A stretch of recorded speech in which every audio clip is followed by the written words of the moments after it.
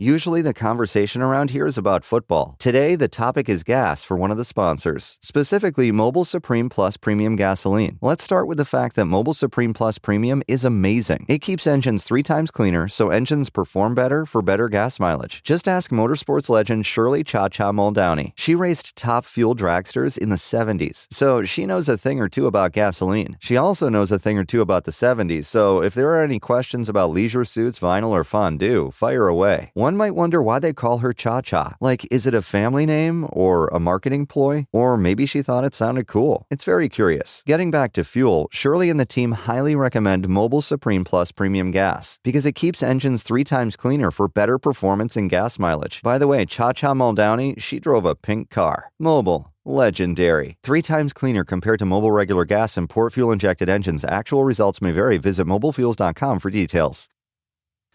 Triple shot half-calf oat milk 2 pumps extra foam. Your coffee order might be getting a little complicated. Your toothpaste doesn't have to be. Arm & Hammer Baking Soda toothpaste keeps it simple with a powerful ingredient that works hard for you. Baking soda. That's why it's the #1 dentist-recommended baking soda toothpaste. As you brush, the baking soda particles dissolve to help break down plaque and stains for a whiter smile. So your teeth can feel clean, look bright, and make brushing a no-brainer. Try Arm & Hammer toothpaste. Simple, powerful, clean. I'm not a huge Call of Duty player, but when I play with guys who actually know what they're doing, I can be a good teammate. Run on in there.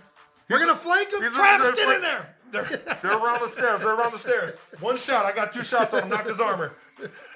Leroy Jenkins. Yee! Ladies and gentlemen, boys and girls, welcome back to New Heights, a Jukes original show presented by Wave Sports and Entertainment. We are your hosts. This is my brother, Jason Kelsey. I am his little brother, Travis Kelsey, and New Heights is a show that we record in person. That's right. We're in Kansas City, and in Kansas City, I thought I would wear my 87 jersey, but it's got a little bit of character to it. Very festive. Oh, yeah. The best nickname in the land. Big Yeti. You want to see the Yeti? Nobody wants to see it. Nobody wants to see it. We're in the Big Yeti's house. We're in the Big Yeti's cave. The 49ers saw the Big Yeti.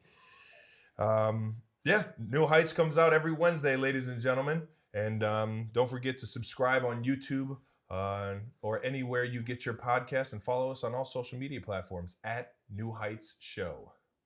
Jason, what we got? We got a great episode coming up, Trav. Another one. We're going to break down the Chiefs' big win in the Bay Area, recap my bye week, which was electric, more eventful than most bye weeks, especially if you're not going anywhere. Got out the house, man. We'll talk position swaps and get into a deep dive into coaching. But first, new news! So we have finally regained our #1 spot in the sports podcast world in Apple, and have also regained it in Spotify. Thanks to all of you. We're the best! Yeah. Thank you, guys. You guys are the best. It's pretty remarkable. You guys tuning in. I can't believe that we're back up at the top, but man, it feels good. Man, it feels good. It even feels better when you win and you're at the top. That's right. You know what I mean? Absolutely. You don't know what I mean. You've never lost. That's a good point. Well, more importantly, we also got a nice little shout out from Dwayne "The Rock" Johnson, which, not going to lie, never thought I would be someone that would converse. And actually, I didn't converse with him. He just tweeted at us. Yeah. Really, I never thought my name would come out of The Rock in verbiage or text. So that was probably a highlight of my year. You didn't even believe it was real when we told you. I did not. It's crazy. I was very skeptical. World. We're living in a fantasy world, everyone. Yeah, I mean, it is crazy when someone of that status can instantly, within a few seconds, say something to somebody, and it changes your perception. Yeah, 100%. It's pretty cool. I was like sitting there for the next 10, 15 minutes trying to figure out what to say back. I know. Yeah. I gave up. I didn't say anything back. I was just like, I'm not gonna realize this. I'm gonna keep this internal. You gotta say what they said though. What he said. Oh yeah, they said my Kelsey boys, T Kelsey at Jason Kelsey, 2 bad dudes in the game. No Burger King hands here, my brothers. All I got are 2 fucked up, calloused T-Rex hands for the culture. crying, laughing emoji face. Much respect always, and good seeing you, Trav, at the ESPYs. It's always cool running into him. I mean, I've You know everybody. dude. How do you know all these it's people? because I actually leave. You the know house. The Rock? I leave the house, Jason. You have to leave the house. You saw that. You met a bunch of people this past week That because is you true. left the house. How about that? How about that? All you got to do to meet people is leave the house. It's good to know. Well, yeah. Put on that game day fit and get out there, man. So yeah, he. Thank you for clarifying The Rock. Pretty awesome. Thank you. Much respect. I guess we should explain what Burger King hands are. It sounds like people are a little unsure. Yeah. Maybe they missed that ad campaign from a few years back.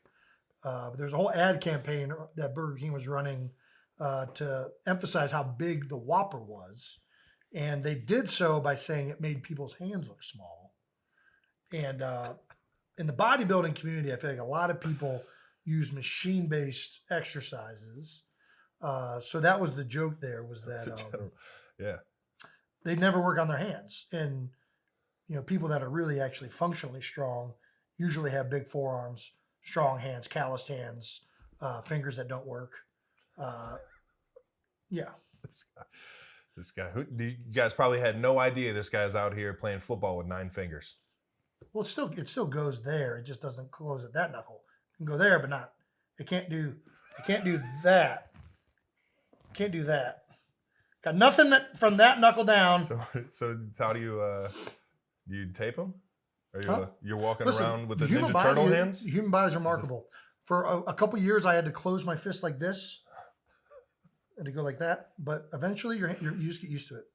So if you were to punch somebody right now, would it hurt you more or them? Well, you're not supposed to punch with these 2 knuckles. It's a good lesson for you. These Don't 2 punch knuckles, with you'll those get a boxing fracture right there in the 5th metatarsal. I don't even know if that's right, but always hit with these 2 knuckles. Nice. All right. The Rock, officially a member of the New Heights crew. Speaking of, do we have a name for our fans yet? Is there a? I think we have to come up with one. Do we come up with one, or do they come up with one? I'll tell you what. We'll take all the suggestions that you guys got. Do you have any suggestions? Unless. Do you have anything that comes to like New Heights crew is good? New Heights. Gosh, I'm not this creative on the spot. Yeah, I usually just go to thesaurus. New Heights congregation. That makes it sound too serious. Way too serious. Listeners, obviously, that's like too. New Heights. Kind of just like very. What else we got? New Heights lurkers. Like they're lurking. No, that makes it sound creepy. Yeah. The New Heights gathering. Man, you're on a roll, but none of these are working. All right, I'm literally just reading thesaurus.com for fans. That's usually how I come up with everything. Heights House. The Heights House. Ooh. We're both family. Yeah. We're in your house. All right now. All right, Heights whatever. House. You guys will be much more creative. Please help us out. Yeah, please come up with a good name for all our fans. Speaking of fans, we got our fan mentions of the week. Nice. We do love these comments, by the way. So yeah. Please keep them coming. And we got a few this week. So here we got one from CSUN 555 on Instagram. If your football positions were switched, who would be better in their role? This is a no-brainer. 100%. You can go ahead. All right. So Jason's already 250 pounds. I would easily be able to hold my own in the middle of the O-line. Playing guards, not so much tackle. Can't handle those athletes. But I can, because you're not necessarily the strongest guy, but you're very tricky. And that's where I think I'm tricky. I'm tricky when I block and keep hands off me more than I. Travis. I'm fighting it, man. You would get destroyed if you tried to line up and play center for a little bit. Maybe if you took a year to put a little bit of weight on and develop that technique. I just do the Jason Kelsey gain weight plan. I'm saying if we switch right now, you think you could go snap a ball, block a 350-pound nose guard? It would have to take for me to get on the Jason Kelsey gain weight plan where you just drink a keg of beer every week. Yeah. And eat pizzas, and I would have to gain some weight. Yeah. I would have to gain some weight. I would have to get up to What are you right now? 270, 280, 290? 290. Ooh. Muscle does weigh more than fat. There we go. Fat and muscle weigh more than tight ends. Touche. I think this is definitely a no-brainer. Jason's such a good athlete. Everyone's already seen him out in space. I can't catch a ball anymore, though. I tried to play tight You end. got 9 fingers, man. I know. I tried playing tight end before. I ran a deep out. I don't even know if that's called. Please tell. Oh my God. 15 yards out. Film? Huh? It's on film. Please tell me this. Well, actually, I don't know if it's on film. Before the Jets game, let's see, Carson was still in Philadelphia, 4th preseason game. I went out there, ran some routes, ran a 15-yard, and fell down. I'm like, okay, I can't do this anymore. What? But here's why it's me. That I would be better is because you can hide a tight end that can't catch the ball. There's a lot of tight ends in the NFL that aren't great catchers. We can call some blocking plays. We can call some outside zones right at the point of attack. I can set that point really well. There's nothing you can call if somebody's going to line up in a bear front and put a 350-pound nose guard over you. I'll tell you, it's going to ruin the game. There's one O-lineman. It's going to ruin the game. If there's one O-lineman amongst the 5 that you can hide, center would be the one. I would agree with that. All right. Yeah. I mean, you can do stuff at tackle, though. You can do chips and thumps and things like that, which can help out for sure. Yeah. Or you could just... You don't get any help from chip your or thump. guards. Well, if it's a 5-down front, it's man all day. Yeah, but against who? A guy that can't move? I wish that was the case. That's the way it was when I first got in the league. And then around 4 or 5 years ago, defensive coordinator was like, how about we start putting better pass rushers at this spot? And then it got real hard. Yeah. So, but you guys don't see a lot of 5-down fronts with Pat. And, you've seen a little bit more this year now that Tyreek's not there. So I shouldn't say that. Yeah, we're getting a little bit more variety of defenses, but we'll see how that lasts. Yeah. All right. Well, so I think we both agree I'd be better at tight end. Travis would not do very well at center. Question. All right. Second question from Sir Dread. Sir Dread. Time out. First of all, that's a great nickname. That's a great at name. On Twitter, what is the weirdest thing you guys have autographed? I don't really have anything that weird. I mean, I guess like a golf ball, a baseball. Yeah. Yeah, no. Nothing's coming to my mind. I've been asked to sign a shoe, a baby, but that's pretty weird. And I always make jokes name? When kids come and say, "Hey, can you sign my arm?" Like, yeah, I got to get parental consent. But the parent was the one that actually asked me to sign their baby, so I had. Where'd you sign the baby? I didn't sign them. I did not put a Sharpie on a baby. I did. I said, "Ma'am, I'm sorry, I can't do this." So you refused the baby? Yeah. If that baby would have went to the hospital, I would have felt extremely. What would it have gone to the hospital? I don't know. For? Lick its hand, lick its arm. I don't know. Isn't ink bad for you? And Sharpie bad for skin? I don't know. I don't think it would. At that point, you're a dad. You should know these kind of things. Okay, I am a dad, and my babies have ingested lots of things way worse than Sharpie. You're killing it, Dad. You're still in this phase of babies are like immaculate creatures that and this is what all new fathers go through. The first baby, you drop the pacifier on the ground, and you got to pick it up, put it in boiling water, make sure it's completely sanitary before you put it back in the kid's mouth. You know what happens now with Elliot and 10-second rule. No, there ain't no 10-second rule. That thing could be under the couch living its life. If she's crying, I'm picking it up, giving it the wipe off, and it's going right in the mouth. All right. All right. So you say so. I'll sign a baby. Give me a baby. I'll sign it. All right. Now I'm because see, this entire time I'm thinking I'm doing the right thing, and now I'm an asshole. You got I'm an asshole consent. for not signing that baby. Yeah, you are. Yep. The ref looked like he asked Mike Evans for an autograph this week after the game. The NFL has denied it. That was definitely an autograph for sure. You think so? I mean, let's open it up. I'm gonna I haven't even seen this. It was in the tunnel after the game. Went up to him like I'm gonna watch signed this live. something. I'm sure it was for a friend or a family member. Taking it down. They're trying to get rid of it. They're trying to get rid of the video evidence. Yeah, I mean, no, I don't want to buy your ads, NBC. If a ref ever came up to you after a game and asked you to sign something for him, Travis, I just said I'd sign a baby. Of course, I'd sign something for a referee. Fucking go, baby! All right. We win again. Third comment is from Donna Kelsey at DKelsey1. I think I know this person. Mom, what was your most memorable dare in high school? Man, This one I was only. good. It was good if you were there. Yeah, I mean, but that's I mean, you might as well go ahead. It definitely tees up this story for sure. I wasn't much of a daredevil. I think Jason kind of jumped into things. No, it wasn't even a dare. It was like she's referencing when I was in high school and middle school, the show Jackass had just gotten like really popular. So like when I was a freshman, they were filming this whole like bunch of clips that would show The seniors were doing it, and they were using a lot of freshmen. Pretty sure it was a class project. I don't think so. All right. I think this is just for fun, but they were using freshmen to do a lot of shenanigans, get it on tape for laughs. And they asked me if I wouldn't mind getting some breakaway sweatpants and swimsuit underneath, tear the sweatpants off, and then jump into a trash can like I was a diver. This is a notorious So story. I stand up, say cannonball, bow, jump, get stuck in the trash can. The trash can tips over. And right away, Mr. Reed takes me to Security. the principal's office. Can we please get this guy out of here? Which I don't know. I don't think that's a... That was 100% a dare. Well, no, but I'm saying, what am I even getting in trouble for that for? It wasn't like I was naked. Disturbing the peace. It was like a cafeteria. It was the social room. It was the social room of the cafeteria. Yeah. I mean, what did he do?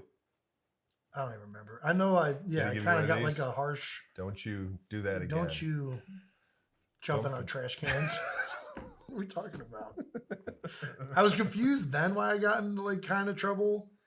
And then, I don't know. There were a lot of other things I did that I definitely deserved to get into trouble for.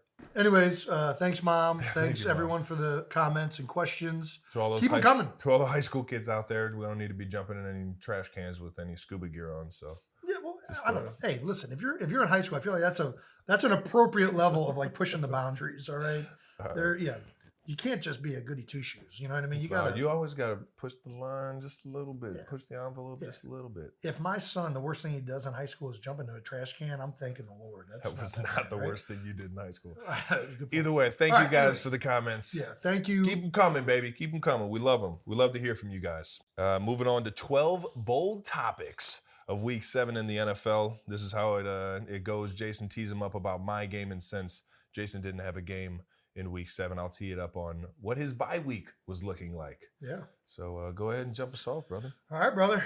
Back in the win column.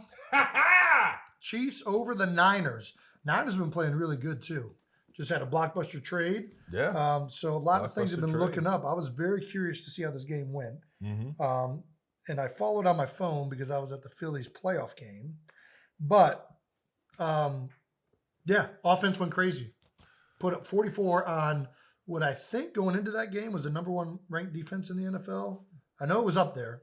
It was up there. Yeah, based on DVOA, sixth best offensive game in modern history. Wow. That's Do you know what the number one offensive game of modern I history do is? because I'm reading the same prompter that you are. This is my section. Why are you reading my section? Go ahead. Tell everybody who the number one. Well, why don't you just Game act like was. you know it? Kansas City Chiefs versus the Cleveland Browns. It was homecoming for me. And we had the best offensive game I remember put that together. game. That was a fun one, I remember 2018. that game. I was at that game. You were at that game. Yeah. You saw the best offensive game. That was cool. All right. We were on fire. Pat Mahomes was slinging it around to everyone. I think Kareem Hunt also Kareem Hunt. Cleveland I was native, about to Northeast say that. Ohio. He was running all over the place. Also had a touchdown in the I screen think game. that's why Cleveland ended up acquiring him, probably, is because he was a monster in that game. 100%. He was untouchable that game. But similar to this 49ers game, Pat was Dialed in. He was dialed in. He was also spreading it around to everyone. Everyone got a piece of the pie. To this past game, Marquez, I think he had 111 off of like 3 or 4 catches receiving. And on top of that, Juju Smith-Schuster, my dog Juju, went bananas, as Pat McAfee would say, bananas. And shout out to the Pat McAfee show. And it's fun, man. When everyone gets a piece of it. I mean, Mecole Hardman, 3 touchdowns off of a couple carries and a jet sweep that counted as a pass.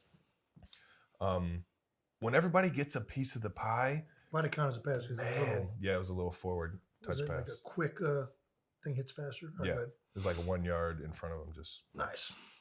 But I mean, hats off to the 49ers. They're obviously a great team. Very well coached team in Shanahan and DeMeco Ryan. I think DeMeco Ryan will end up being a head coach in this league. I sure hope so. 1,000%. DeMeco played with the Philadelphia Eagles. For everyone that is not aware, he was our starting middle linebacker for, oh man, I hope I don't get this wrong. I mean, for 4 years or 3 years. He was a staple for that team for sure. He was a captain, and I mean, honestly, it's not a shock to see him succeed in the coaching realm. He was that guy that was the coach on the field. He was a huge leader for us in his time in Philadelphia. And what he's extremely done, well respected. What he's done in Philadelphia is he's kind of tweaked that cover three. My bad. What he's done in San Fran is he's kind of tweaked that cover three that came from the Gus Bradley Seattle 3. Yeah. He's playing a lot more shell, a lot more variations, blitzes a little bit more, plays a little bit more man, and I mean, it's more of a junk ball than what you would typically get out of that kind of defense. And he's had him at the top of the charts, but I think Coach Reed came in with an unbelievable game plan. Can't just throw it on Coach Reed. Matt Nagy is one of my favorite coaches of all time. Yeah. Absolutely love that guy to death. Since he's been in the building, just the understanding of how he teaches the pass game and how he teaches a lot of the third down stuff, a lot of the red zone stuff, just makes it so much more clear for guys to understand what's the intentions of this play. Yeah. And it makes it way more easier on us to go out there and actually, run the play how it's supposed to be designed. Yeah. And you throw in Bieniemy as well as Coach Heck with the run game. And it was just all around, we knew we had a lot of confidence going into that game to be able to tear up that defense. And all we had to do was just bring the energy. Yeah. Coach Heck, man, he got me fired up. We always have a meeting with the offensive line, tight ends, and running backs the night before. Mm-hmm. And he said, you know what, make this game personal. And not necessarily make it personal for the guys across the ball. If you didn't like what you put on film last time, put all of it right here on your heart. And you go out there and you put something on film that you can be proud of. Yeah. And take it one play at a time. Do that every single play. Play your tail off and put something on film that you'd be proud of. Yeah. And it registered because I don't think when we were playing against the Bills, we played with as much heart as much aggression the entire course of the game. There were spots, the points of the game that you could feel in, but at the same time, the San Fran game, the whole time, it just felt like the energy was up, the communication was high, the demeanor of the team was full throttle, keep the foot on the pedal the whole time. Yeah. And that's when we're flying around doing that offensively with the O-line playing their tail off, finishing guys downfield, getting a part of the piles, yep. and not letting just guys, rally to the ball and get a late hit. That kind of stuff, you just feed off of that kind of energy. Right. And yeah. And when I tell you it was one play after another, and we had the pick early, but that's an interception that we can clean up. It got kind of tipped in the air a little bit. And our young receiver, Sky Moore, he's going to be a stud, man. I can't wait to see him just keep growing because he's electric when he has the ball in his hands. We just got to keep finding ways to get him that. Yeah, and I mean, I think, it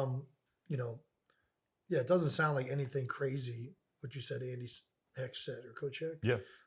But sometimes you just need those little reminders, and the best coaches and the best leaders end up feeling that, right? Yeah. And it's like, okay, we're overthinking this. We are getting too far ahead of ourselves. Everybody just focus on your job, focus on each play, dominating your matchup, taking it personal. You know what I mean? That's sometimes those little reminders make all the difference. All of it, yeah. And especially night before. I'm a big fan of the night before meetings because don't peak too soon now. Yeah, well, I mean, the game it can get you fired up for sure, though. But I don't even think it's so much about firing up. I think it's honestly what you're thinking about before you go to bed.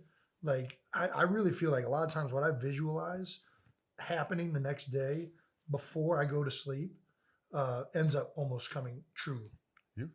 Are you a sorcerer? I think so. Are you a No, I just think I think when you obviously not like specifics, Isaac Newton, but when you visualize things the night before and you like go to sleep on that, like if you visualizing yourself, taking it one play at a time, you visualize yourself, picking ball carriers up, running to the ball, doing all these things right before you go to bed. I think it does make a difference the next day. 100%. So, I'm huge on visualizing stuff. I love to just think about. I like looking at diagrams and imagining versus every single coverage how I'm going to run this route to get open. Yeah. Where I'm going to get it. How are the pawns or the defensive pieces going to relate to every single route. Yep. And I love, that's what gets me fired up during the week when Coach Reed and all the offensive coaching staff are putting up the plays in the game plan. That's some of my favorite stuff. And I feel like that helps out 1,000% because you always kind of have that creative understanding of in-time instincts to be able to do something that is going to help out your team. Yeah. You know what I mean? Yeah, we've talked about this before. The diagrams are great, but what makes the difference of great players is being able to take those diagrams and make them their own or like visualize that into being something, creative. Yeah. Now that we just talked about a bunch of football things, which were the reasons why you guys were successful, let's get to the real reason you guys won the game, which is Juju Smith-Schuster said, is that you guys play Call of Duty. Yes, we did. He said playing Call of Duty with you, Mahomes, and Marquez on Friday. Marquez, thank you. Marquez on Friday was the difference in team chemistry. I'll tell you what, there's something about off the field, camaraderie or just doing something fun with each other off the field that brings everything together. We've talked about this earlier on the podcast. I'm not a huge Call of Duty player. I'm more of like a sports video game guy. I'm in the 2K, Madden. I'm trash, yeah. But when I play with guys who actually know what they're doing, I can be a good teammate. I can revive everyone. I can tell everyone where they're at because they're shooting me. You can be the run on in there. We're going to flank them. Travis, get in there. They're around the stairs. They're around the stairs. One shot. I got 2 shots on him. Knocked his armor. Leroy Jenkins. Stick to the play. Stick to the play. So we get the game together. Yeah. And the first game, we only played 3 together. And this is the resurgence where you can kind of, as long as your team's alive, you can fly back in. As long as, I don't know what any of this either means way right now. So long story short, we win 3 in a row. Okay. And that's all we played. 3 games, first place. Okay. Back to back to back. When I tell you, that's like a once in a month, once in a week kind of thing for a guy like me. Like I'm not getting dubs like that, but so you're feeling good. I'm feeling fantastic. All these guys are like, yeah, no, gotta go. Like, all right, everybody else is off, and I'm like, yeah, I'm about to go ahead and get my 4th win in a row, and I didn't even place in like the top 25. It was bad. So it just told you, when we're a team, what do you call it, buns? It's pretty unstoppable. Yeah, I was buns. I'm buns on the sticks, but getting better. I can hold my own. I'm not here putting up goose eggs in the kill column. You know what I mean? I'm putting up like 5 kills a game, but these dudes like Juju and Marquez are throwing up 10 plus kills. What's your strategy? I'm a flanker. I'm actually, it's funny you said that. I'm a flanker. So you're trying There's a lot of action going on over here. I'm going to go ahead and slime. Might take me a little. That is so you. You are over here. Sneaking the back door. You've been a flanker in everything you've ever done. King flanker right here. You're giving up my strategy, man. Chill out. Made you a great tight end. There's a lot of action going on. Hey, it was meant to be. The oldest trick in the book. Yeah. Sneak through the back door. Me, I'm just running in, just trying to melee guys. My strategy, just run as fast as possible, knife them. Whenever I played. I'm not going to lie. I'm a big sneak up on somebody for sure and melee them. You've always been sneaky. That's a sneaky son of a gun. Very, very sneaky. That's pretty good. Big flanker, man. But yeah, no. Shout out to COD. Getting the gang closer and ready for this matchup, man. I can definitely feel what Juju was saying, though. Are there any other video games you played that have brought teams closer together? Or I would say video games are a big part of especially since the comms, since you can play online and stuff for Yeah. sure. I feel like every single hockey tournament I ever went to, we were hooking the N64 up to the TV. Yep.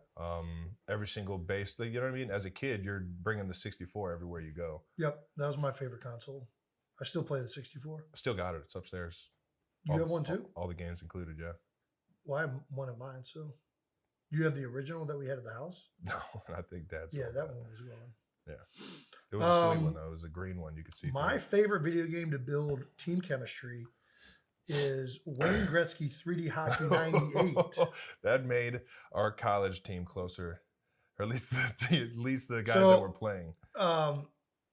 Wayne Gretzky 3D Hockey 98 for Nintendo 64. And obviously, once you're in college. Was it 88 or 99? 98 or 99? I think it's 98, but we kind of played whichever version was available. Right on. Which is a 2-on-2, 3-on-3, but like 2-on-2. NBA Jam style. Yeah, hockey. It's arcade hockey game, right? You can hit people. You can shoot fire shots where the goalies fly through the nets. You know. You fight.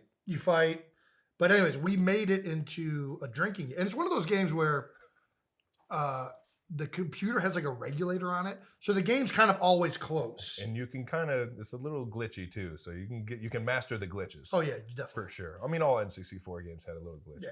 That was part of the game, inside the game. But the flanking, baby. Yeah. So Wayne Brewski was the game that we played in college, which was for every time somebody scored a goal, the other team had to drink. Every time somebody got a hat trick on the opposing team, the opposing two players had to finish their beer. And I don't know if you guys ever played Wayne Gretzky 3D Hockey 98, but they're high scoring games. Both players are definitely getting at least a hat trick. At least. And this led to, each game you're chugging pretty much 3 beers. At least, yeah. Each person. If it's a competitive game, for sure. So within 30 minutes, you're through a rack of beers. Wayne Brewski, baby. It's the greatest drinking game ever invented. If you get in the fights, everyone has to be drinking their beer while the fight is going on. Even the people in the fight. So you end up just mashing buttons until somebody gets knocked out. What an electric game. It was a great game. It was a great game. We don't play it enough nowadays. I need to hook that up. That's definitely got to come back out of the archives. That was the best drinking game we ever did. We also had Mario Kart 64, no drinking and driving. So you could drive, and then when you got in a crash, that's when you had to finish a beer before the race was over. Yeah. That was really it. Those two. And Halo. Halo was huge in college. Yeah, I didn't get into that one. Yeah. I was never a Halo guy. Well, you couldn't flank. You could definitely flank. All right. Chiefs fans have receipts on Tyreek. Oh, man. Yeah. You can't have too many receipts on this guy. I mean, this guy is the number one receiver in the National Football League right now. He's doing pretty good. He's going to probably set the record for the most yards ever by a receiver. Well, Chiefs wideouts totaled 15 receptions for 271 yards and 3 touchdowns this past week. Mm-hmm. Cole Hardman became the first receiver in the Super Bowl era with 2 rushing touchdowns and a receiving touchdown in the same game. McCall. And Juju and Marquez became the first Chiefs receivers to both go over 100 receiving yards in a game since 2000. Yep. That's a lot of stats. Yeah. It just shows you how much we're evolving.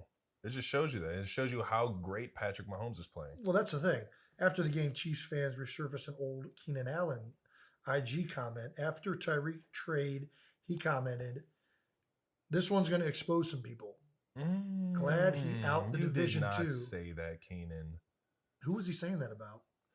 I hope it wasn't about me. That's my guy. I hope it didn't expose. Who else would he have been talking about?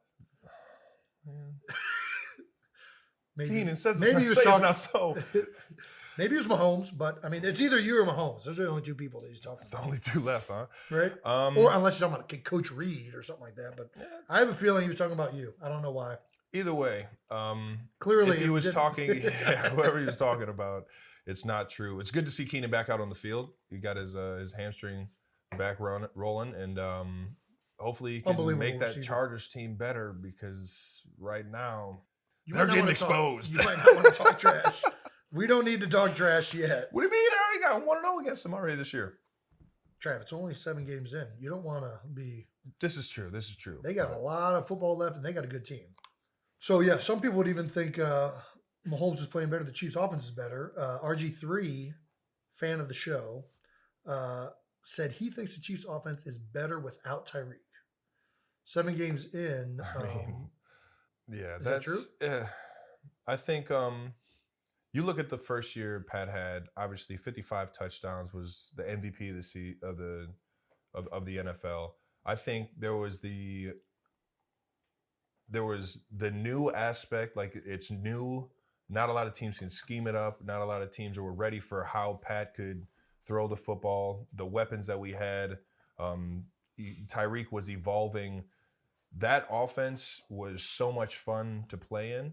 Mm-hmm. I think it keeps evolving into Pat's strengths, and Coach Reed is making this year something that teams haven't seen before. Yeah. So having that brand new, this team is new, the looks are new. We're not sure exactly how Juju is being used. We're not sure how MVS is being used.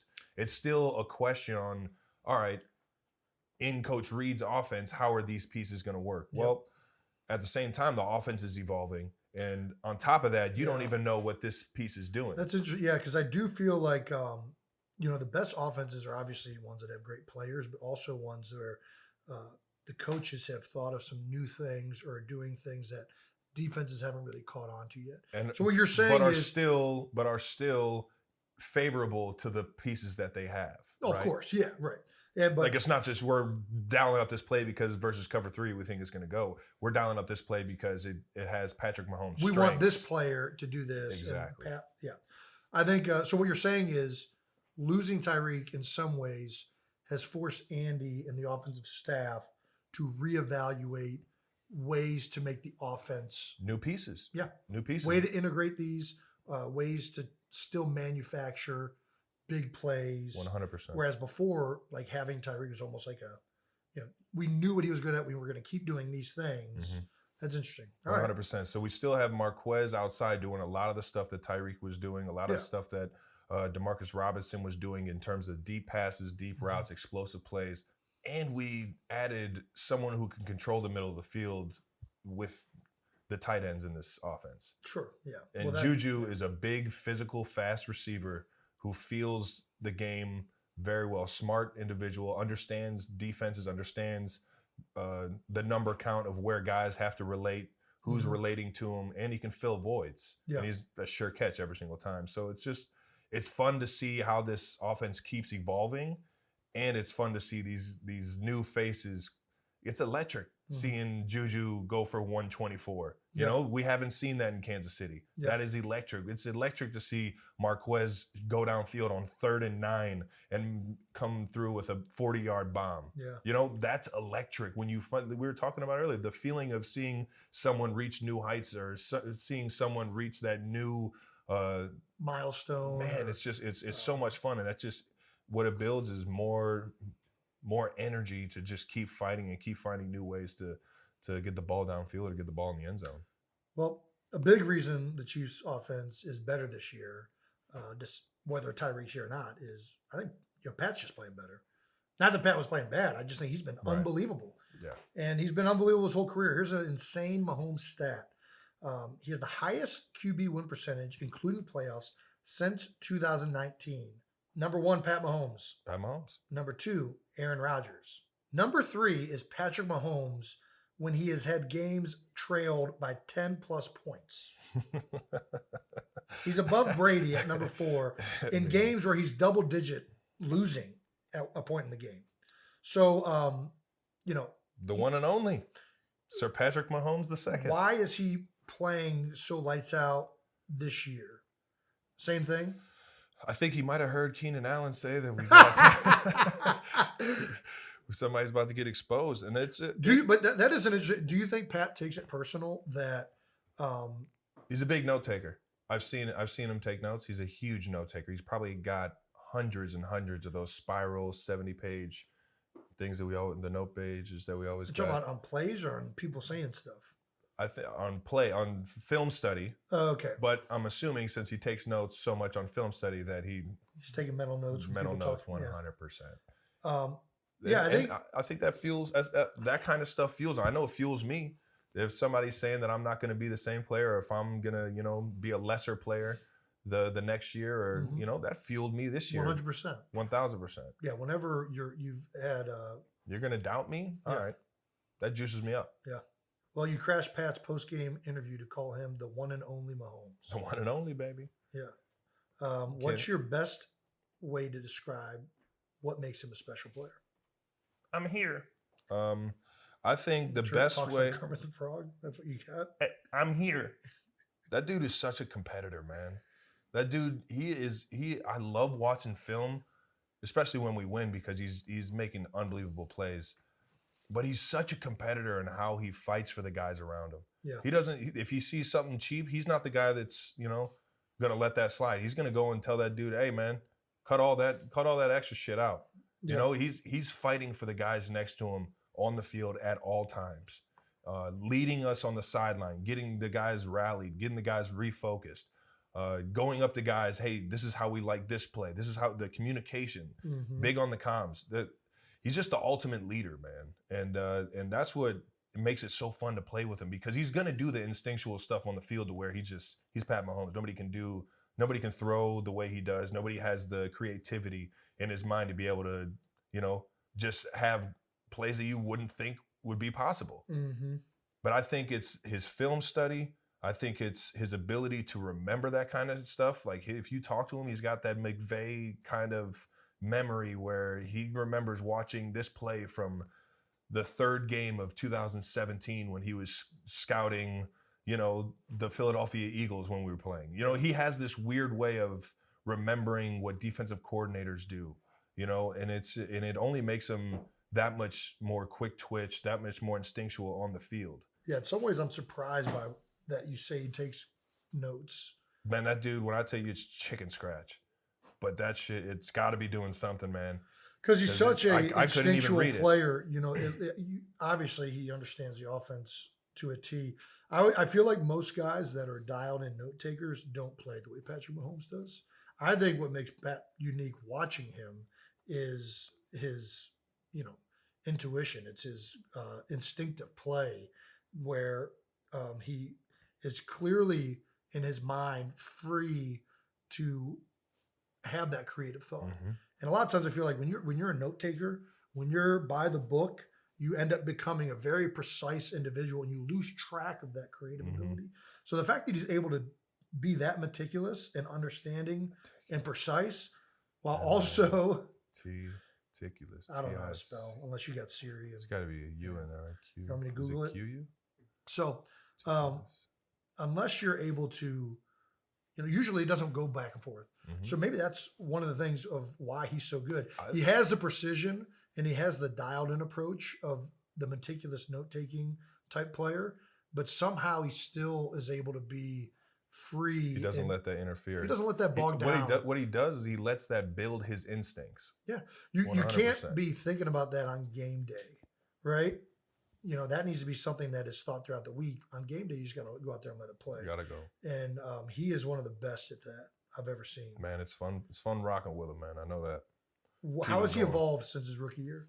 I mean, just in exactly what we were saying. I feel like with reps, you understand, what's possible. Yeah. I think with how much film study he has, this guy watches. But he was throwing no-look passes his first year too. Yeah. Let's not get away from, his natural instinct of how he plays the game. He's one of the best at playing the game as free as he is. But I think with the reps and the understanding of defenses, with the understanding of situational football, with the when we say situational football, we're talking about third down specific, like what's the defensive coordinator running on third and short, third and 5 to 6, third and 8, third and 10 plus. He understands these kind of things to a whole nother level. So he's technically a step ahead of the game. Right. And when you do that and you can go out there and play free, I mean, that's when it gets electric. The biggest thing I think for him is that he's a fiend for football. He's a fiend for those situations. I was talking with him and Matt Nagy on the plane ride back, and they were just going back and forth of what happened during the second quarter, the end of the second quarter of a college game. And I'm sitting here like, I don't give a rat's ass about either one of those two college teams, let alone enough to watch college football on a Saturday while I'm, trying to put my feet up. You know, I'll catch a Bearcat game, but I'm not sitting here watching a random SEC game or a random Pac-12 game, you know? And it's his love for the knowledge of the game is only making his instincts that much more fun. Yeah. You know? Explains why he's one of the best in the business, especially in situation where 2-minute drills. He's so good when this team's down or when you guys need a score. That's another thing, man. Right? When you can just get in that thing, put that thing in, what is it, fourth gear? When you can just floor it. Yeah. I mean, you can floor it in any gear, but yeah. Oh, good point. But you go way faster in fourth than you do in first. It's true. You go faster in fifth than you do in fourth. Yeah. Anyways, all right. So here we go. This guy's got more gears. National Tight End Day. All right. Let's go back to this debacle. Near identical stat line with George Kittle. Close, but no cigar. So obviously George had the one receiving touchdown. Yeah. You big had time, what touchdown. Looked like a touchdown. Oh, man. What does that feel like? Because I've never experienced having a touchdown callback. What can you tell all of us, including me? Immediately, nothing selfish about it. Immediately, damn, we just got a touchdown taken off the board as a team. Like, man, it's hard to get in the end zone. I don't believe you for a second. You know, there's not one bit of you was like I got in my day, dog. I got so many touchdowns, dog. I ain't worried about that. The first thing that comes to your mind when you have a touchdown callback is like, man, this really sucks for our team. Yes, that's awesome. You're a great team player, Travis. Jason, when I get a hold of you, I'm like, man, fuck! I just fucked up. I'm thinking about me. You're a great team player. I'm just saying. I don't know. That's great. All right, you can only speak for yourself. I as soon as we get a touchdown out of that drive, it's like nothing happened. Oh, I agree. You move on from it quickly. I'm not saying like you're like, oh, boo-hoo, and you go to the sideline like, I had a touchdown. And no, I'm not saying that, but no. And that touchdown specifically, you take a big hit over the middle. Yeah. Those are the moments that I love being in the league, man. Just because football is just like, it's a big, physical sport. You want to see who can out physical who in a football game. Mm-hmm. When you catch one over the middle and just stand, don't even hit the ground. Such a big, strong boy you are. Oh, that felt so strong. So strong. Felt like strongest man in the world. Can't say enough about Kittle, man. He's so electric. One of my favorite parts of the entire day was, they do the hype videos on the screen before the game started, like for the home team. They'll do like a pump up video or, they'll ask another guy in the sporting community to chug a beer. They'll do something to try and get the people going, That was right? during the game. Oh, my bad. They had Bruce Kittle, George's dad. Nice. Get electric. I just talked to George about this not too long. He said that it was actually a video during like the COVID year, but he put on a Rey Mysterio mask and got everybody hyped for National Tight End Day, and they threw it up on the big screen. And I'm just like, and then after that, after everybody got hyped, they showed him in the crowd, and he was just as hyped as he was in the video, and I was just like, let's get it going, baby. Yeah. I mean, as much as I it was electric. Don't participate in National Tight End Day, what Bruce and George have done for Tight End U and brought the attention to the position. It's the best. They've been incredible. Bruce is a former O-line coach. He was O-line coach over at Oklahoma. You can tell by the way George plays, he's a former O-line coach. Dude's a freaking blocking machine. Dude gets it, man. But I'm just happy George is back out there healthy and dominating. 100%, man. And hope to see that some more because it's just more fun to watch. Yeah. It was good to see Shanahan finally dial some stuff up for my guy. Yeah. Man, it feels like all he does is hand the ball off. And I was going into the game like, man, they just got McCaffrey. Well, he's been playing hurt too. There's no way maybe you're starting to feel a little better. Yeah. I mean, he's a fighter, dude. He's going to play through whatever. Well, we saw the debut of Christian McCaffrey, speaking of. CMC. Brought right in. How easy would it be to pick up a new team's offense? Some speculated that Travis's contract move might have been for Christian McCaffrey. No, I never saw that one. Yeah. But shout out. I mean, Christian is obviously one of the best, if not the best, pound for pound running back in the league right now. The guy is, he can move. He's got those narrow hips we were talking about, man. He's got them narrow hips, man. He gets skinny through the hole real easy. I mean, and he's got unbelievable explosion, great vision, can catch the ball out of the backfield. If you put a linebacker on him in the receiving game, it's going to get ugly for you. Can't do it. How easy would it be to just go in and play getting traded and going and play that week. Neither of us have ever had to do that. Obviously. Never. No. Don't think it would be that hard. I especially don't think it would be that hard for running back to be honest. There's a few positions you could definitely do it. Running back's one of them. I think D-line is another one. Yep. Obviously, the hardest would be quarterback. Yeah, 100%. Yeah. I would say O-line, there's too much chemistry. You can't mess around with all that going into a game, especially not a Friday before a game. You could do it at tackle, I feel like. You can make it work. If in a pinch, you'd have to – because you can help each other out. It just depends on what you're running. You know what I mean? Yeah. Like there's guys, hey, block the end. You can get out of a game with it, but Who do I got? Not ideal. It's not got the ideal. guy in front of you, bud. Yeah.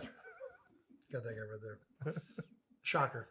But obviously running back, I think one of the easier ones to do that at. Yeah. You know, most teams in the league now run all the generic running plays. Yeah. So, I mean, it was outside. All his carries were I'm inside, assuming they outside weren't zone. doing super complex They ran one gadget pass. plays with them. You know, They they're ran doing- one of those plays, and it was a huge hitter because no one expected it. They went empty, and I think they threw a quick screen to him. quick screen. So just get the ball in his hand kind of play. Sure. So they probably made it really easy on him to just go out there and play football. You guys are pretty strong. You're 5-2 heading into your bye week. Obviously, there's been some highs and lows. Yeah, how's the bye week going to go? What do you have planned for the bye week? I plan on I'm coming out to Philadelphia. Gonna go ahead and see some family. See some nieces? See my beautiful nieces, man. They're so electric, man. Yeah, and then go watch some good old Philadelphia Eagles football, man. You guys got You the gonna go to the Steelers. Can I go? Can you give me a ticket? I think I can scrounge one up. I'll call Kylie. Yeah. You know who's in charge of that. Right now. But other than that, not really sure what I got planned for the bye. Was that the question? How will the bye help with your consistency was the question. Oh. But I didn't ask that because I don't even know. You want to ask that? How will the bye help with your consistency, Travis? I think the bye will help with my consistency by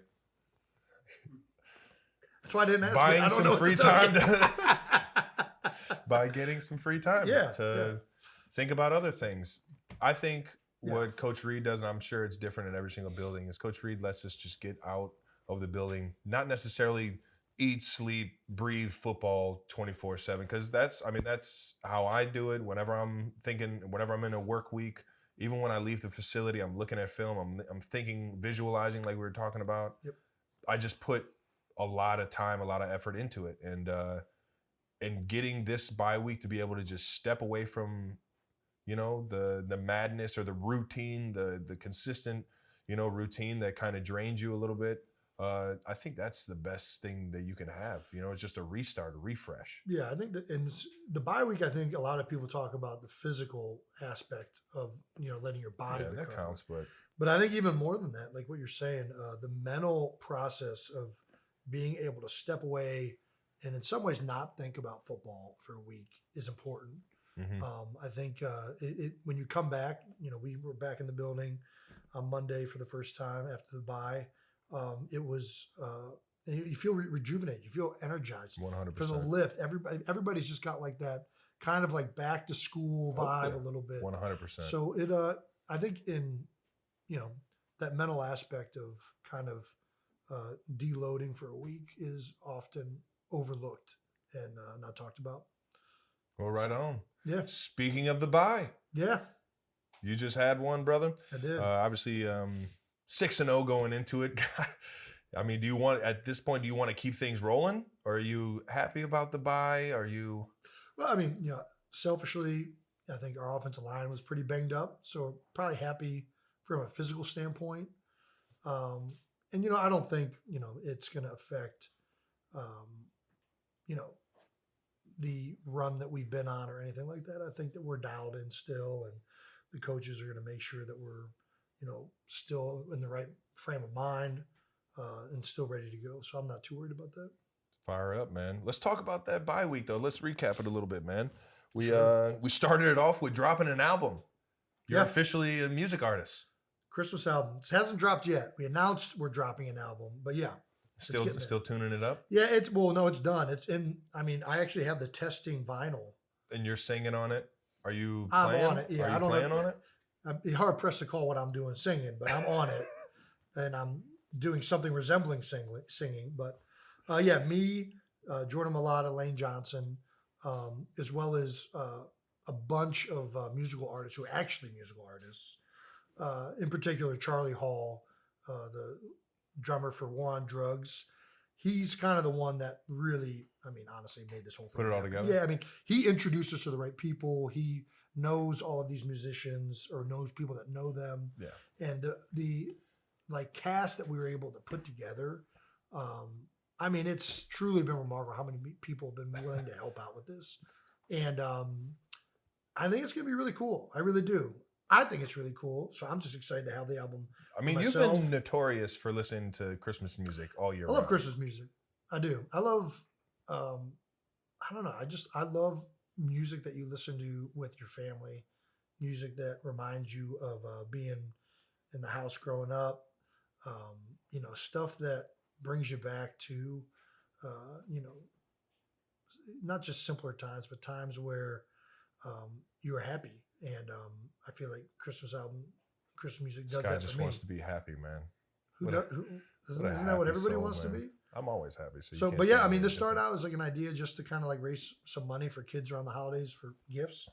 And it just ended up being this like awesome experience. I cannot wait to We hear got some this. video and stuff. So, I mean, so we got Jordan Malata, who can actually sing. who can actually sing, is on. Who's playing football to launch his singing career. I'm dead serious. We got Lane Johnson. Yeah, who can also actually sing. What? I'm telling you. You're going to find out. So I'm the only one that can't sing. you're the I'm the one that You're the one that shows up at the class project. Well, no, I'm singing. I'm there. I'm doing the work. I'm just not good at it. All right. I was going to ask who's Beyonce, but obviously it's not you. Who is Who's it? what? Who's Beyonce of the group? Jordan Malata. All right. I didn't know. Lane can sing too. I didn't know that. He can. I mean, he's that. not Beyonce. You know, Jordan's Beyonce. Lane's like I don't know, like Kelly Rowland. That makes you. I don't even know. He's what's Dolly Parton. The Destiny. You got. Oh my gosh. Oh man. Yeah. And I'm Bob Dylan. That's right. I wish I was that creative. But no, it ended up being honestly, the project ended up being just a great album of honestly, like, I know it's gonna sound cheesy, but like friendship and like, dude, it was just a blast. Nice. We got a lot of video of it. I can't wait to hear it. It was I remember the collection of like individuals from like professional athletes to musicians to like recording people to like all Philly based. Yeah, for the most part. I mean, I can't say that all the musicians, the vast majority of them are living in Philadelphia now. So dope, man. And like, you know, yeah, it's going to be really cool. I'm not gonna lie, I was heartbroken, man. I asked you when you were gonna go record some of this if I could be a part of it, and you told me no. And you said it was because I wasn't a Philly. You said I wasn't a Philly guy, so I couldn't. See, I think you're making this up again. I feel like I would have probably let you. I don't forget things be like a part this, Jason. Of it, but it is a Philadelphia Christmas. I don't forget album. I can't wait till I come out with my album. Do the same thing in Kansas City. I'm sure they'd love it. Yeah. Just copy. Be a copier. I can't. Yeah, it's gonna be hard though. You got to find a guy like Charlie who can. I can't sing for. Yeah. Like definitely not Christmas albums. Well, maybe we can play a couple songs on the. I did meet Michael Bublé. He came. He's a huge Chiefs fan. That's Michael. That might be pretty cool. I can shake some bells. I'll get you a vinyl when the vinyls are finally pressed. Reindeer bells. What are those? The reindeer bells. What are those called? Reindeer bells. What are you talking about? Reindeer bells. Sleigh bells. Sleigh bells. Yeah. There we go. Moving on, you became the Phillies playoff good luck charm. That's why I still got my head on. That a boy. I haven't washed my Phillies jersey yet. I haven't washed my jeans yet. I'm just going to keep wearing them throughout the playoffs. You never washed your jeans. I don't know. Which is kind of suspect because you don't wear draws. I don't believe in draws. I am a big superstitious. You're saying it. I just really don't want to wash clothes.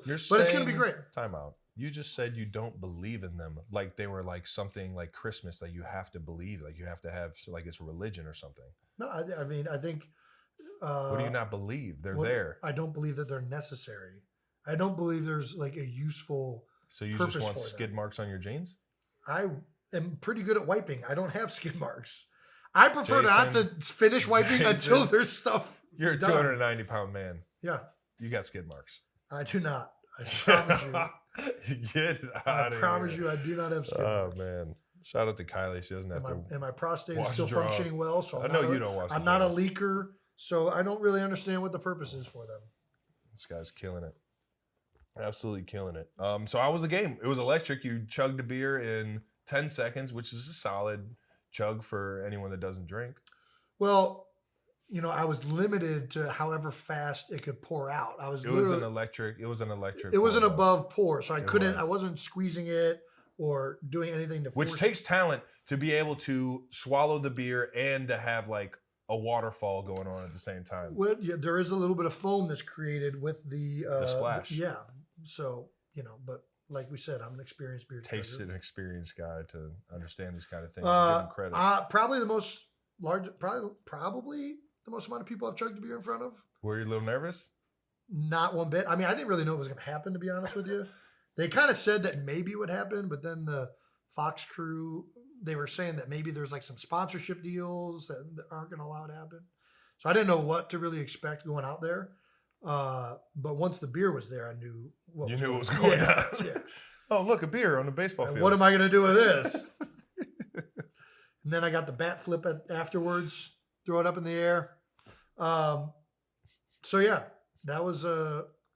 Well, it was a proud brother moment for sure. I definitely appreciated the crowd getting absolutely electric. Yeah, off of you fired up, and my guy Miles Teller got him fired up a little bit. He too. did. Two nights later, I was at that game as well. He's killing it right now. He fired him up on the clincher. Oh, nice. All right. Series ender on Sunday. Yeah. Fired him up. Bryce Harper. Top Gun. Oh my Maverick. gosh. Well, no, it's Goose's son.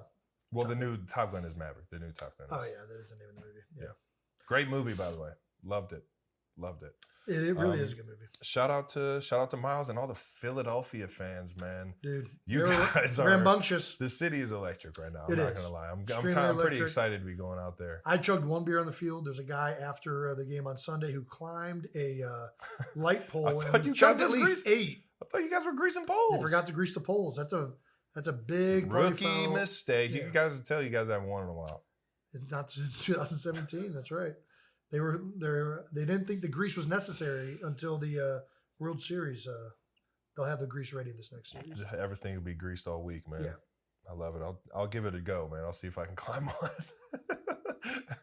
So let's talk. I mean, it looked like it was just action-packed bye week for you. What was the coolest moment? We had chugging a beer and a huge bro hug with the Philadelphia Fanatic mascot. Yep. Rex Ryan on Sunday NFL Countdown mentioning New Heights podcasts and the fight stories. Obviously, we've had a few, but that one was the best fight of them all. And maybe telling Frank Thomas that he can chug a beer faster than me or faster than you. Yep.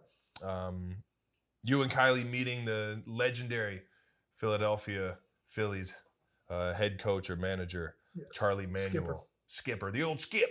And then hanging with A-Rod, Big Papi, Miles Teller at the Phillies game. I mean, I left the house. It's what happens when you leave the house. I didn't even need to leave the house to talk to Rex Ryan. And then obviously the Fox Sports crew and fans put Jason in the Philly Sports Mount Rushmore. Oh, I didn't know that. Yeah, you're iconic. I would say if you left the house, of all the events that happened this week, chugging the beer on the field with the Fanatic is number one. It made you feel like you hit a home run, didn't it? It was just you could tell by the picture with the mascot how happy you were in that moment. Here's what it is. We don't get to be fans that often. You know what I mean? And like being at the game and like truly like being able to be invested, a fan and to like also going to go on the field, chug a beer. I mean, the Fanatic is like an iconic mascot. Kylie, my wife, a Philadelphian, cries sometimes when she sees the Fanatic. Like that's how much people in Philadelphia love the Fanatic. I didn't know that. Yeah, which I'm like, Kylie, it's a man who's probably super sweaty in a made-up suit. Like, can dial this back. He's not a real creature. But she is all in on the Fanatic. And to be honest, I get it. I chugged that beer, saw that big green. There's something about him. He's got good energy. It's electric. We got similar shoes. It was an awesome. It was honestly like really, really cool on a multiple kind of levels. I also that same game got to meet Charlie Manuel. Got to meet a lot of the Phillies that were part of 2008 championship and other years. Got to see Miles Tell. I mean, it was a really, really cool night and to be there. Both times we went really, but that Friday night was a lot of fun. I love it, man. I was living through it, man. That was fun to see. I mean, Charlie Manuel. I mean, obviously, that was our Philadelphia loves him, but I mean, he was a huge manager, hitting coach in the '90s teams for the Indians, and it was awesome to see him kind of transition over to the Phillies and take that and lead them to their World Series, which he never got in Cleveland, unfortunately. Jose Mesa. But I would say that's number one. Yeah. Very cool, man. So although they're all great. We just mentioned that that Fox Sports Crew put you on their Philly Mount Rushmore. Yeah. Who, in the mind of Jason Kelsey, would be Philadelphia's Mount Rushmore?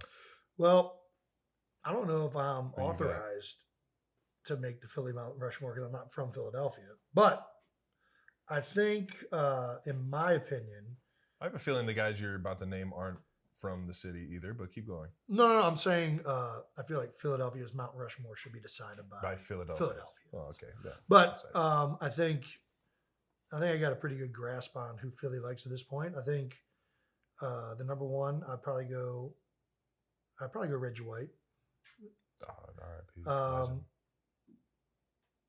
then number two, probably go Allen Iverson. Hey, I was about to say, if you didn't put, I mean, he changed the culture. Yeah. He didn't just change, he changed the culture of sports. He didn't just change that one. And then after those two, I think there's a lot of really, really good choices you can make. And I don't know where Philadelphia would go on this. If we're up to me, the next two would probably be Brian Dawkins and Pete Rose. B-Doc. But I don't know if that's what Philadelphia would do. I think you also have, there's a lot of other players you have. If you're going Sixers, you got Dr. J. Yeah, I would say Dr. J was probably if you're going Flyers, obviously Bobby Clark is legendary Flyers. Any of those Broad Street Bullies guys. Bullies. They're probably a little upset I left them off the list. And maybe Bobby Clark gets in there of Pete. I don't know. Those are probably the four that I think of. And maybe I'm just biased with Pete Rose because he also played for the Cincinnati Reds. And whenever your nickname is, Johnny Hustle, I'm rolling with that guy. I'm with you. Let's talk about coaching. Really cool moment this week with Pete Carroll and Geno Smith. It looked like Geno, a little flustered maybe. Carroll came out, calmed them down before a big third down conversion. We've seen Geno really come into his own in Seattle. 100%. Which is interesting because, he's been in the league for as long as you have, yeah, right? Same, 10 years. But obviously he's starting to play really, really well in Seattle. Which you typically don't see. You usually see guys start off hot, not so good the following couple of years. You usually see guys who start with one place, go someplace else, and fizzle out, right? Right. So how big of an impact does coaching make? Which, by the way, this isn't a surprising thing that Pete Carroll, I think, is a psychology major. Do you know that? News to me. I'm almost positive on that. I got a minor in psych, so. No, you did not. Maybe street psychology. I don't know if that's. We got to keep going. Never mind. Anyways, technically got a scholarship handed to me, so I'm not even sure what they gave me. Keep going. You got a degree handed to you and a scholarship handed to you. And taken away. All right. Because you didn't show up for graduation. Where's this even going? That's a good one. We should bring that All right up. now. All right. I think the best coaches end up being the ones that have the most emotional awareness, right? The most ability to connect with their players. Interesting. So it's not surprising to me that a psychology major in Pete Carroll is able to maybe connect with Geno on a better level than maybe some other coaches have. And, everything starts upstairs, right? Especially at that position. 100%. So, yeah, how big of a difference does coaching in the NFL make? Upstairs meaning the noggin, right? That's what you're talking about? Yeah, your brain. Yeah. All right. I didn't know if you were talking about upstairs and like the. But that's not the only. I mean, that's just with Pete. That's Pete's. I think every coach has something that makes them unique and great. Pete is clearly an unbelievable motivator and a guy that is able to connect with people. 1,000%. All the players that you see play for Pete aren't living in a bubble, aren't living in a shell. Their personalities are out there. Yeah. You look at Russell Wilson, you look at Marshawn Lynch, you look at Sherman, you look at, the guys all across the board on the Super Bowl teams that he's had, they're all very big personalities and they're not hiding a thing. Yeah.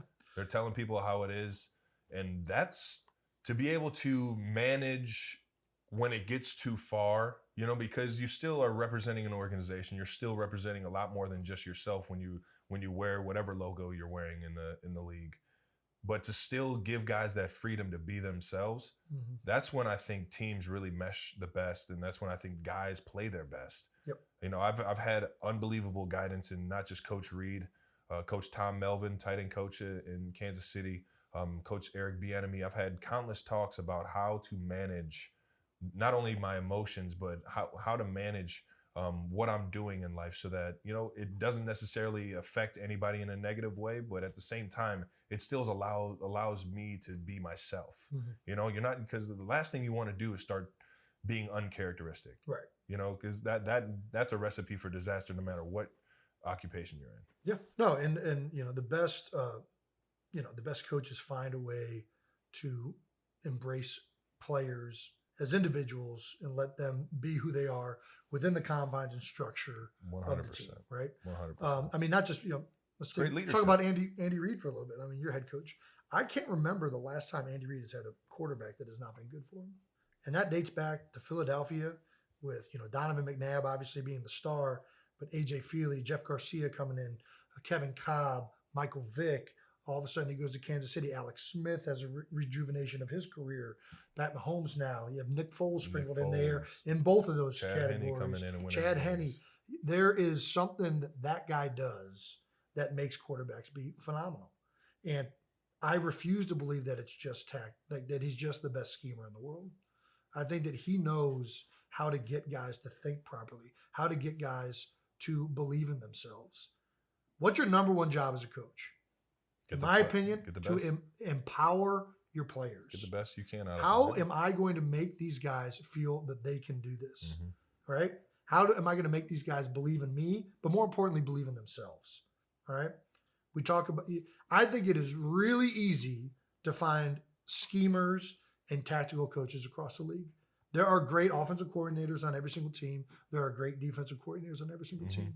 What the true mark of that is hard to find, and it's hard to quantify, which is why teams are always looking for this, is how do I find somebody that motivates, empowers, and also has the chops to organize this thing? Yeah. Right? That's a hard person to find, right? Yeah. And, that's the most important job of a head coach. How do I motivate all my players? How do I motivate all of my coaches? How do I empower them? How do I organize this thing and have a culture of growth and creativity? And the best coaches find a way to get that done. Sounds like you're getting into coaching, bud. I've thought about it. I don't know. It's a hell of a time commitment. Yeah, I think I would love to, but it sounds like you would understand everything that would need to be a part of that world. And I think recognizing that, and I don't necessarily. I know it from the player's perspective. Yeah, well, obviously there is a lot of. I have no clue what it takes to be a coach in the NFL. Neither of us do. It is way different. I got an idea. I don't think so. It's way different going up there every single day, having to go through the film, assess where you want to attack defenses, how to get the most out of this particular player. I'm not saying it's easy by any means. I think I got an understanding. I think we would both be surprised if we had to go up there, do all that call plays. I'm saying I understand what it would be like, and I can't do it. Okay. I don't have the ability. I can't just keep. Yeah, I don't think I could be able to put in that much time commitment. Well, yeah, I think do you? And that's why I appreciate Coach Reed and the coaching staff that we have. Yeah, Mm-hmm. that makes me appreciate that so much more because I understand how much work, how much dedication is being put into this for a guy like me to go out there and have success for the team. I fully understand a lot of that. At least I feel like I understand it to the point where it's like that only makes me have so much more respect for the coaches that do it the right way. Yeah. Is it more important to have a player's coach or somebody that is just a tactical guru, do you think? I feel like you got if you don't have one that can do both, you got to have both. Yeah, you got to have both of those covered at some point. 100%. You can't just be out there like, come on, boys, we're gonna go get them and run through that wall. Yeah, you got to have both of those to be great, and not everybody can do both. Some guys can do both. I mean, you have your Bill Belichick, you have your Andy Reeds. There are some coaches that are unbelievable in both of those categories somehow. But yeah, I think it's hard to find guys that are great in both of those facets who can be the coordinator and the head coach. Certainly can be done, and it's been done many times, but it takes a special guy to be able to do all of that. Who's the first coach you remember? I would say Dad, really. T-ball, baseball. Yeah, I mean, that's an interesting answer. I was not thinking Dad, but he definitely is the first coach I remember. 100%. Outside of and even then it was a different wavelength than anybody I'd ever had, after that. I think your father being your coach, you see it from a different point of view. Yeah. I think that the first coach that I really remember having, I'm trying to think all the sports that I was playing when I was younger. My baseball coach, Todd Began, was an awesome motivator. Was an ex-athlete himself, played college ball, college football at that. And I related to him because I saw that he had made it in doing the sports thing. Like he had made it to that next level, or he was a successful athlete. And it was I don't know, man. I don't know. What was the question? Who's the first coach you remember? How did Coach Began make you feel? Well, it was a very family-oriented team. Like I've been on teams. I think that Cincinnati, when we had BK, I think it was still a very family-oriented team because of what the leadership had already had going. Yeah. That is, the guys that were in the locker room made it feel like a family more than the coach made it feel like a family. Mm-hmm. But there's coaches that want to get invested. They want to know how your family's doing, how your mom, your dad, and everybody. And that was one of the things growing up that I loved. I loved playing baseball. I loved playing hockey because of the guys I was with and the family type atmosphere that we got playing with those guys, like a Coach Bogus, Stevie Bogus, like a Todd Began.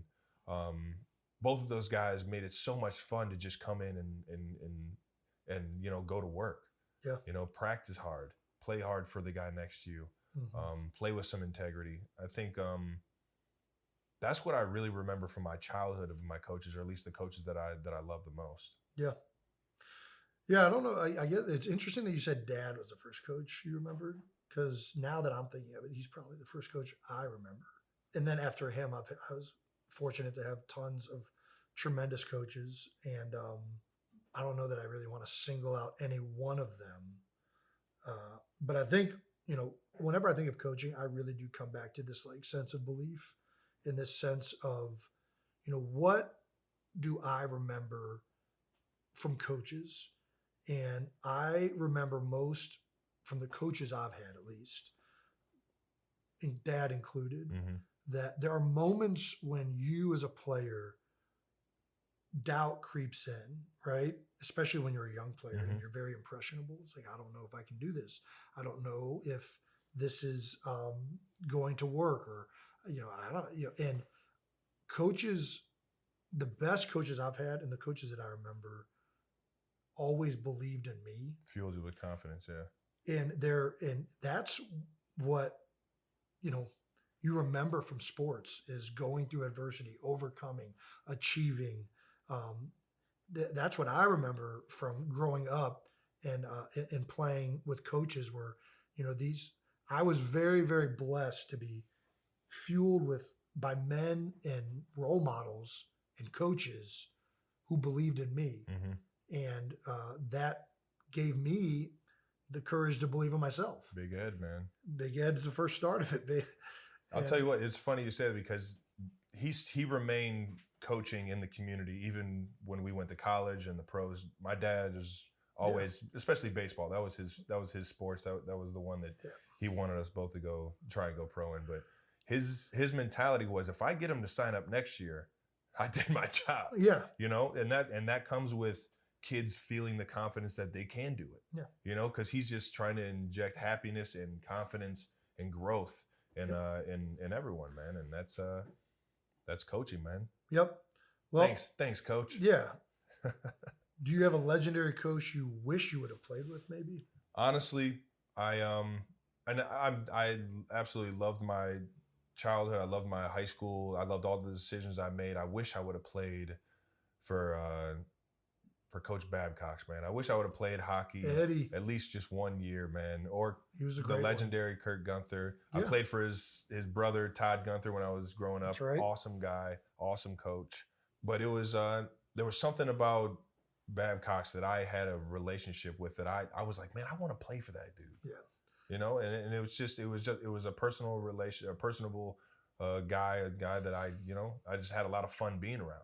I mean, in terms of legendary coaches, I feel like I played for the best coach to ever, do the dang on thing in the NFL. So I can't necessarily say that I would want to play for anybody else when I feel like I played. Yeah, it's a weird thing. I don't think I wish I would have played for anybody else. Yeah. I've been very, very happy to play for the coaches that I've played with. I do think it would have been really, really cool to see what it was like to play for certain coaches. I think it's, obviously, but that list is endless. It'd be awesome to feel what it's like to be coached by Bill Belichick. It'd be awesome to feel what it feels like to be coached by Pete Carroll. It'd be awesome to feel. I wouldn't even just limit it to football. No, I was about to say John Wooden. Like come on now. Like I think they're Vince Lombardi. I think as a player, you always are interested in learning new things and how other people do them. You should be, at least. Yeah. So that's always, that'd be great. But, yeah. We're talking about coaches. I think there's leaders throughout your life that you might not even know as a leader to you, but the advice that you get from them, the comfort that you get from the stories that they tell that you can learn from. And for me, growing up, we would always go to Quintana's barbershop. At least when I was in high school, I actually used to slide out on my lunch periods and go get a nice tight fade. But he gave me some advice one time to go and watch a YouTube video of a guy's teaching at Carnegie Mellon, I believe, the last lecture. And at this point in my life, I wasn't seeking advice. I wasn't looking for something to motivate me. I was in high school. I was just a happy-go-lucky kid trying to have some fun. Yeah.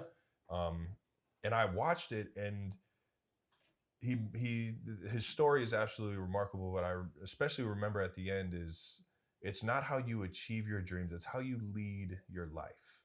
It's how you direct your life. And if you lead your life, if you fuel it in the right direction, the things that you want in life will simply come to you.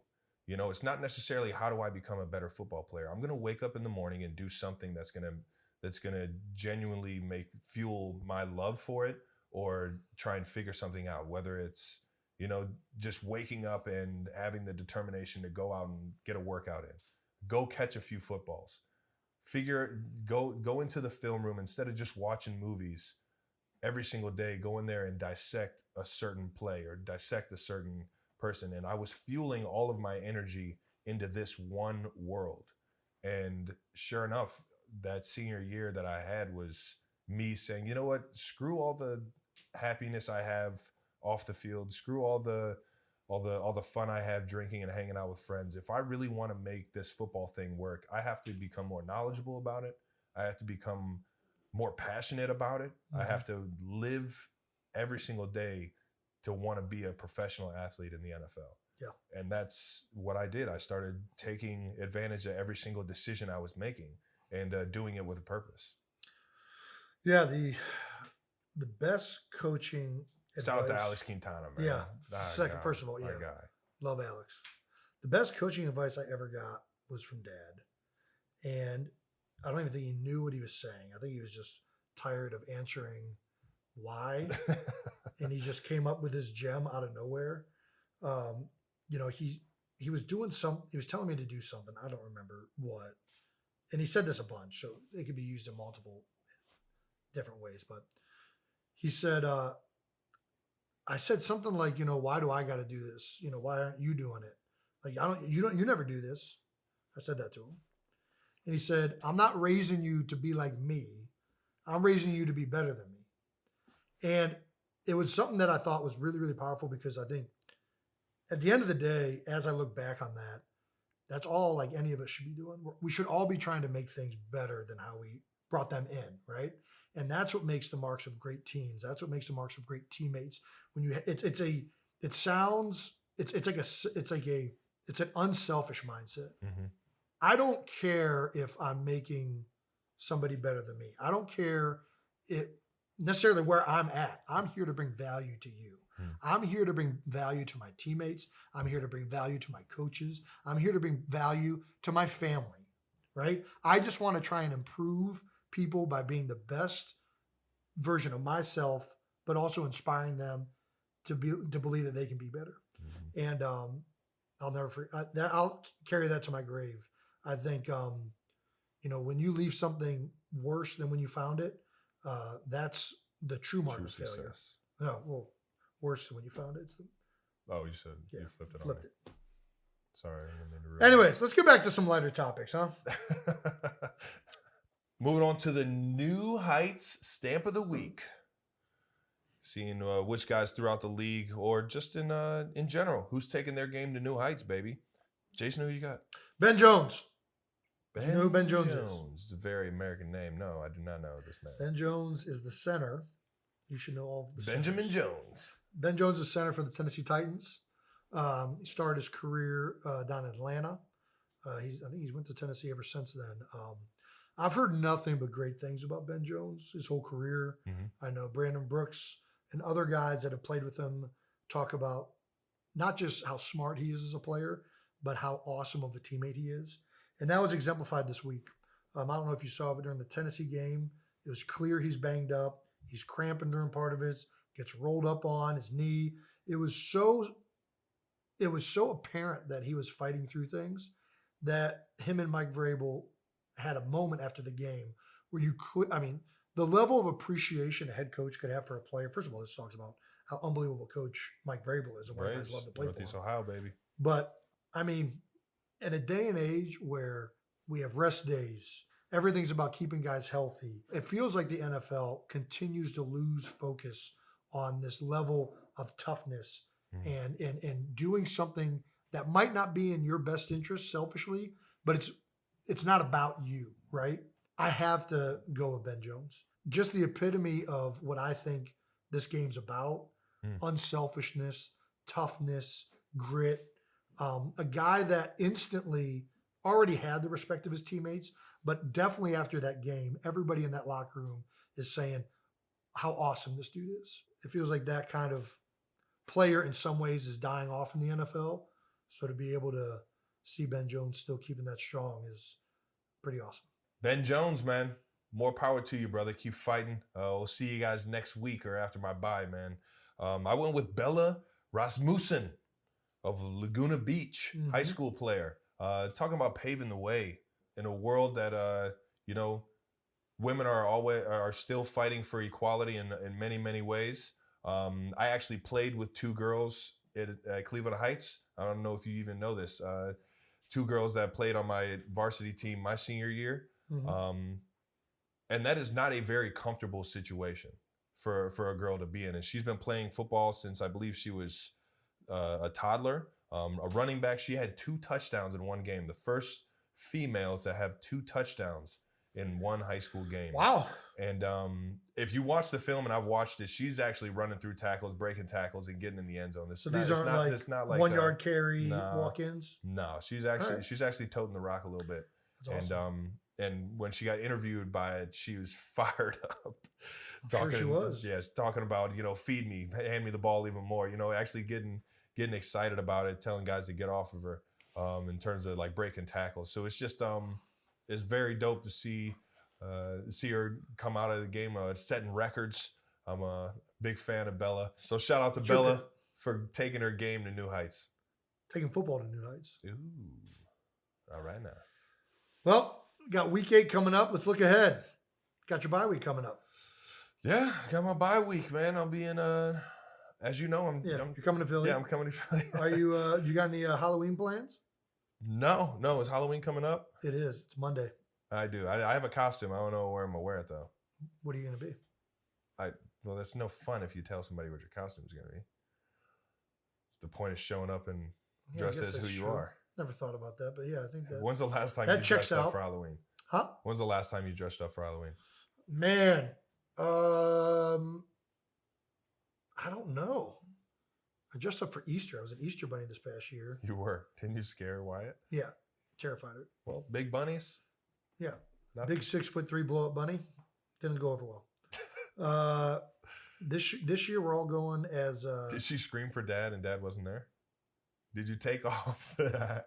I had to take off. I took off running in front of her. Well, I was just walking around. More dramatic. I was just walking around. I was in one of those like big inflatable like halftime suits they wear that they dance in at like NBA games and stuff. There's a big bunny suit of that. Like I was the Easter bunny. She was freaking out, terrified. And at one point I fall, and then the thing starts deflating. And I'm like, oh no, she's gonna see me in the suit, and then be all sorts of like screwed up. So I start sprinting behind the house. It wasn't a good situation. It was a dad fail for sure. Has she since came to the room saying there's a giant bunny? No, she's All on right, a so ghost it's not now. dramatic. All She's like obsessive about ghosts at this point. Well, that's not And a I bad fuel thing that to do. fire, and Kylie hates me for it. I was like, oh no, a ghost! And then she, and Kylie's like, will you stop terrifying that girl? I can't help it. It's too good. Yeah, we're going as the Christopher Robin crew. We're going as Nice. Winnie the Pooh creatures. You guys, nice. So you are dressing up this year. I am. Tigger? That's who Wyatt's going to be. Wyatt's going to be Tigger. Nice. Keep going. What do you think? Let's see if you can Winnie guess. the Pooh. Winnie the Pooh is going to be Elliot. Christopher. Nope. Who's the tiny, that's you? Piglet. I wasn't going to guess Piglet. Very nice. Yeah, was not very proactive. So I think Kylie, as a way of spiting me for not buying an outfit, bought me a giant Piglet outfit. So I'm going to be Piglet this year. That's why we love Kylie. Man. Yep. She gets it. Yep. She gets it. So moving on to your upcoming week, Steelers Eagles. Yeah. The Battle of Pennsylvania. Yeah. Has this ever been much of a in-state rivalry to you? Like, have you felt the rivalry? I mean, it's not like other rivalries for the Eagles, but I do think that there's in-state bragging rights for sure. Fun fact, the Steelers and Eagles were at one point the same team. They joined forces. I don't know if this was like during a war time or something like that, but they became the Steagles for a year. Is this for real? I'm not making this up. Is this documented? It is documented. The Steagles was a real thing. Were they any good? I don't know. No. All right, and I don't know how long it existed, but I do know it was a thing. What we do know is that the Steelers haven't won in Philadelphia since 1965. That's a long time. I guess some would say they're due. Hopefully we can keep that trend going. The Steelers did win last week. I know. No, they lost. They lost to Miami. I watched it happen. It was a fight, though. It was a good game. Yeah, the Steelers are a good team, though. They're really, really good defensively. Obviously, they've been that way for Tomlin's whole career there, pretty much. They have a great D-line, as usual, even without T.J. Watt. Cam Hayward is a legend. Yeah. I love that dude, man. Yeah, I like him when I'm not blocking him, but I like him. That dude, I don't know if he wears the It's a big head. helmet, it's a big head. We all know what's going on. It's crazy. He's a good player. Good for him. Yeah, we got our hands full with the Steelers. It's going to this week. shock you with that thing. For everybody that wants to know all about the Steagles, it was 1943, and they went 5-4-1. They tied.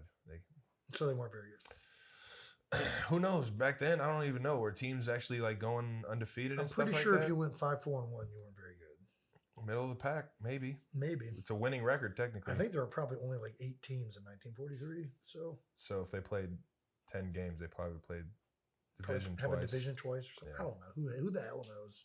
I don't know. They were blocking like this. Yeah, I couldn't use your hands to block. I hated to have been an offensive lineman back then. Are you can't kidding hold- me? What? We talked about Philadelphia Mount Rushmore, and one of the guys that was obviously legendary Philadelphia athlete, Charles Barkley, was one of the guys I was thinking about. Sir Charles. Who is only his aura has only increased post career, I would say. I mean, he crushes it. Yeah, but that was your favorite player growing up. 100%. Was he not yours? You know what? He probably was. I mean, he was in the Michael Jordan era, so I mean, he was competing with Jordan. He was the biggest, toughest guy on the court. I feel like that you're was right. your. I mean, I love Charles Barkley. Who doesn't like Charles Barkley? If you don't like Charles Barkley, Clearly, he was Travis's favorite player. I have no story like this. Travis used to run around the neighborhood quite a bit. Oh, whether it was come on, playing man. basketball or baseball or anything like man. that. And one day we're having a block party, and we were kind of new to the neighborhood. We hadn't really acquainted ourselves necessarily with our neighbors as where much. I being new to the neighborhood, I found the perfect way to introduce myself to everybody. We're running around playing sports out in the street in this block party, and my mom is sitting there talking with a bunch of parents, and all these parents keep saying, "Charles is just so funny. Isn't Charles great?" And my mom says, which one's Charles? And they point to you. It turns out you've been telling the entire neighborhood your name was Charles. Mom, Because you wanted to be Charles Barkley so bad. Mom gave me the name Travis because of a fat kid that was on the movie Overboard. It really was. And that was not something you could hang your hat on. Travis's okay? name, if anybody have ever So seen I the movie saw how- Overboard with Goldie Hawn and Kurt Russell, Travis is named after one of the fat kids in that movie. A very obscure, not even like a great character in the show.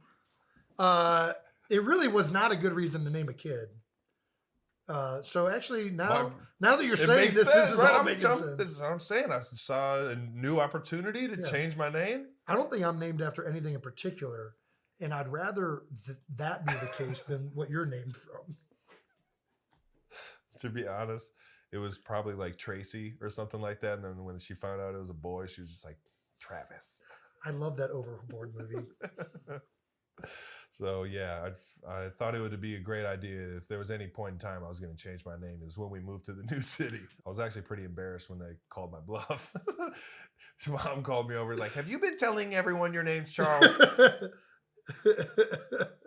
Actually, Sir Charles, Mom. Shout out to Big Chuck, man. Yeah. What a guy. Thanks for inspiring me. Pete Carroll. Unfortunately, I was wrong. Not a psychology major. Maybe he is a psychology major because he psychologically made me think he was a psychology major. He's a education major, which kind of feel like you got to know. You got to have a little bit of that in there for sure. There's Yeah. got to be a little bit of understanding of the Yeah. brain. Actually, Definitely. a lot of great coaches. Jeff Stoutland's an education major, I think. You want to talk about teachers? I mean, teachers, you got to I mean, teach the we game. very well could be doing this next week of me telling you Stout was not an education major, but I'm like 90% sure he's an education major. I'm just handing out majors. You get it. You get a major and you get a major. This dude's nuts. Dean Kelsey. Yee! The Ocho is in the books. You can catch new episodes every Wednesday. If you haven't figured it out already, for those of you who are new, every Wednesday we do a new episode of New Heights. You can watch and subscribe on YouTube to the New Heights channel, or you can listen and subscribe wherever you get your podcasts. Once again, New Heights is a Jukes original presented by Wave Sports and Entertainment. Please follow us on all social platforms at New Heights Show for fun clips throughout the week. And then on top of that, we always love to thank our producers. Thank you guys for Thank you, everything everyone. guys do. They're actually in the house now, so I'm allowed to look Yeah, at well, them. thank you in Thank you, person this guys. week. Yeah. But yeah, that's it for this week. See you guys next week.